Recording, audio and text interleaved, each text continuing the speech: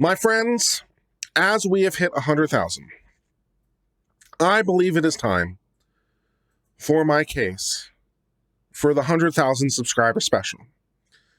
This is a case, it is my favorite case in law ever. It is not an important case.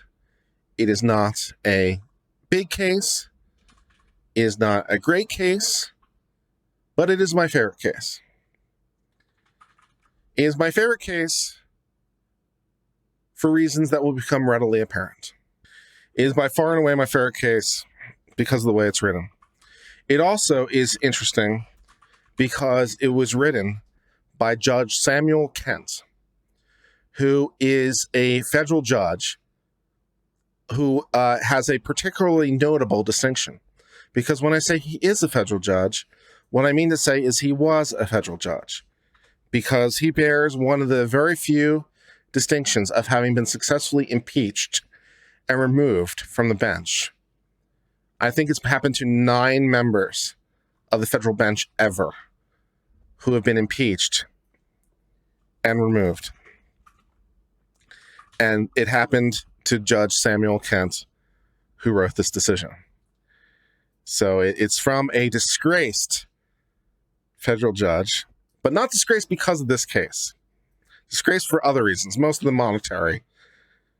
But it is my favorite case of all time. And we are going to discuss it together because that sounds hilarious. And you will see rapidly why it is my favorite case of all time. All right. So this is the case of Bradshaw versus Unity Marine Corporation. What you need to know going into this case, it's very simple actually in its basics.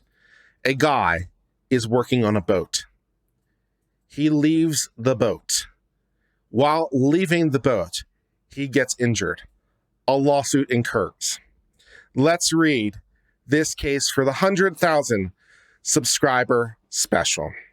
Plaintiff John Bradshaw claims that he was working as a Jones Act seaman, and the Jones Act is stuff that deals with maritime law, so that's the Jones Act. You might have heard this in relation to Puerto Rico, for example. He was working as a Jones Act seaman aboard the MV Coronado on January the 4th of 1999. The Coronado was not at sea on January the 4th, 1999, but instead sat docked at the Phillips factory in Freeport, Texas. The plaintiff alleges that he sustained injuries to his body in the course and scope of his employment. The injuries are said to have occurred as a proximate result of the unsafe and unseaworthy conditions of the tugboat Coronado and its appurtenances while docked at the Phillips Freeport dock.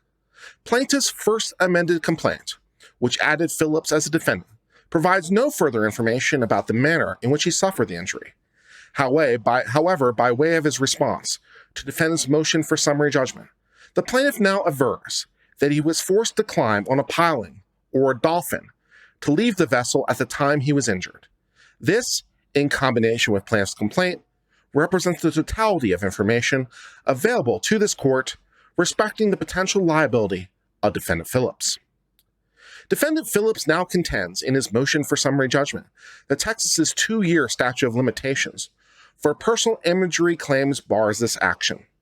Plaintiff suffered injury on January the 4th of 1999 and filed this suit in court on September the 15th of 2000. Plaintiff did not amend his complaint to add defendant Phillips until March the 28th of 2001, indisputably more than 2 years after the date of his alleged injury. Plaintiff now responds that he timely filed Phillips, contending that the 3-year federal statute for maritime personal injuries applies to his action.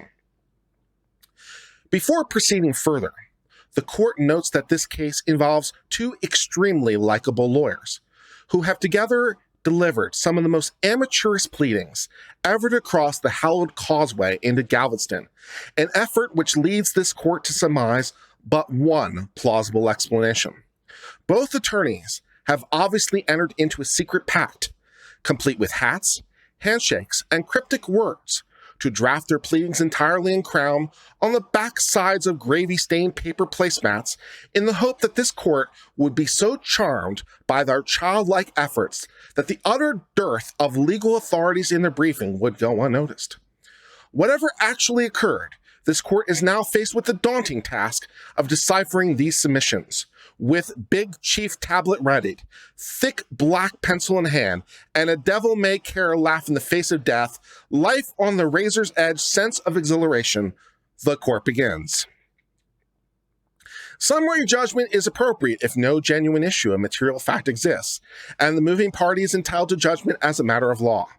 When a motion for summary judgment is made, the non-moving party must set forth specific facts showing that there is a genuine issue for trial. Therefore, when a defendant moves for summary judgment based on affirmative defenses to a plaintiff's claim, the plaintiff must bear the burden of producing some evidence to create a fact issue, some element of defendant's asserted affirmative defense.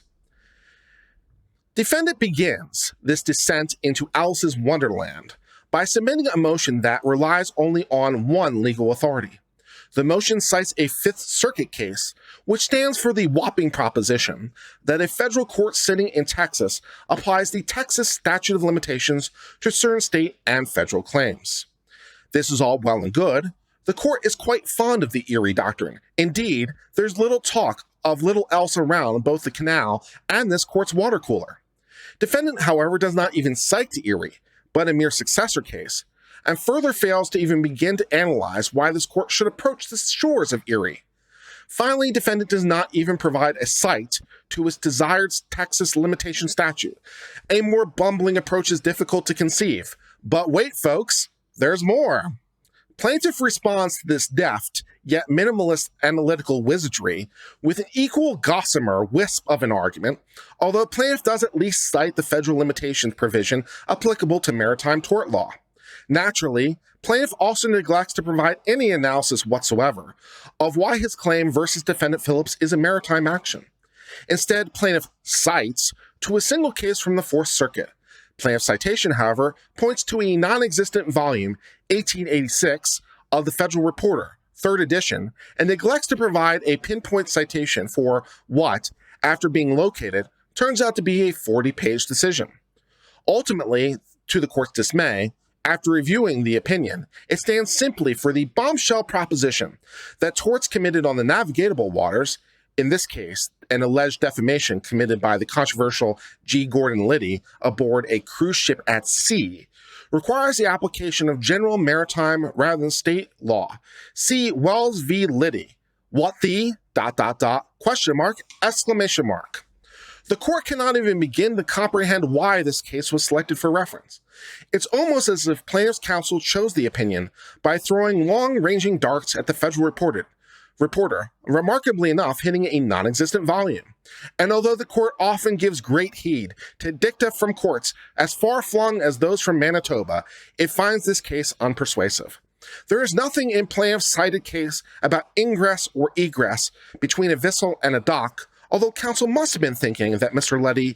Liddy must have had both ingress and egress from the court ship at some docking facility before uttering his fateful words. Further, as noted above, plaintiff has submitted a supplemental opposition to defendant's motion. This supplement is longer than plaintiff's purported response, cites more cases, several constituting binding authority from either the Fifth Circuit or the Supreme Court, and actually includes attachments which purport to be evidence. However, that is all that can be said positively for plaintiff's supplement, which does nothing to explain why, on the facts of this case, plaintiff has an admiralty claim against Phillips, which probably makes some sense because plaintiff doesn't.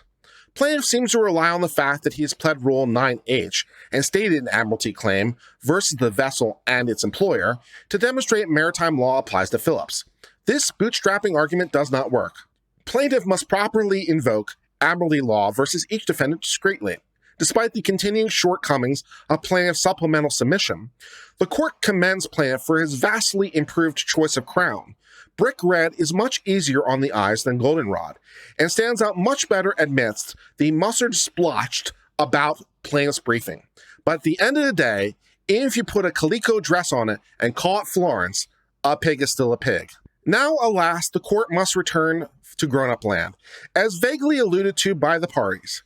The issue in this case turns upon which law, state or maritime, applies to each plaintiff's potential claims versus defendant Phillips. And despite plaintiffs' and defendants' joint, heroic efforts to obscure it, the answer to this question is readily ascertained. The Fifth Circuit has held that absent a special maritime status between the parties, a dock owner's duty to the crew members of a vessel using the dock is governed by the application of state law, not maritime law. Specifically, maritime law does not impose a duty to the dock owner as a mean of ingress or egress. Therefore, because maritime law does not create a duty on defendant Phillips vis-a-vis plaintiff, any claim that he does have must necessarily arise under state law. And then there's a footnote, and I'll just read it to you. It's footnote 3. Take heed and be suitably awed, O boys and girls. The court was able to state the issue and its resolution in one paragraph, despite dozens of pages of gibberish to the contrary. The court, therefore, under Eries, applies Texas's statute of limitations. Texas has adopted a 2-year statute of limitations for personal injury. Plaintiffs failed to file this action versus defendant Phillips within that 2-year time frame. Plaintiff has offered no justification, such as a discovery rule or other similar tolling doctrine for this failure. Accordingly, plaintiff's claim versus defendant Phillips was not timely filed and is barred. Defendant Phillips' motion for summary judgment is granted, and plaintiff's state law claims against defendant Phillips are hereby dismissed with prejudice. A final judgment reflecting the same will be entered in due course. After this remarkably long walk off a short legal pier, having received no useful guidance whatsoever from either party, the court has endeavored, primarily based on its affection for both counsel, but also out of its own sense of morbid curiosity, to resolve what it perceived to be the legal issue presented. Despite the waste of perfectly good crown seen in both parties' briefings and the inexplicable odor of wet dog emanating from such, the court believes it has satisfactorily resolved this matter. Defendant's motion for summary judgment is granted. At this juncture, plaintiff retains, albeit seemingly to his befuddlement and or consternation, a maritime law cause of action versus alleged Jones Action employer, defendant Unity Maritime. However, it is well known around these parts that Unity Marine's lawyer is equally likable and has been writing crisply in ink since the 2nd grade. Some old-timers even spin yarns of an ability to type. The court cannot speak to the veracity of such loose talk, but out of caution, the court suggests that plaintiff's lovable counsel had best upgrade to a nice shiny number 2 pencil, or at the very least sharpen of what's left of the stubs of its crown, for what remains of this heart-stopping, spine-tingling action. It is so ordered. Thank you so much for being part of the Uncivil Law family. If you enjoyed this legal education content, please hit the subscribe button. It really helps the channel grow. We appreciate your continuing support. Until later, my friends, cheers and goodbye.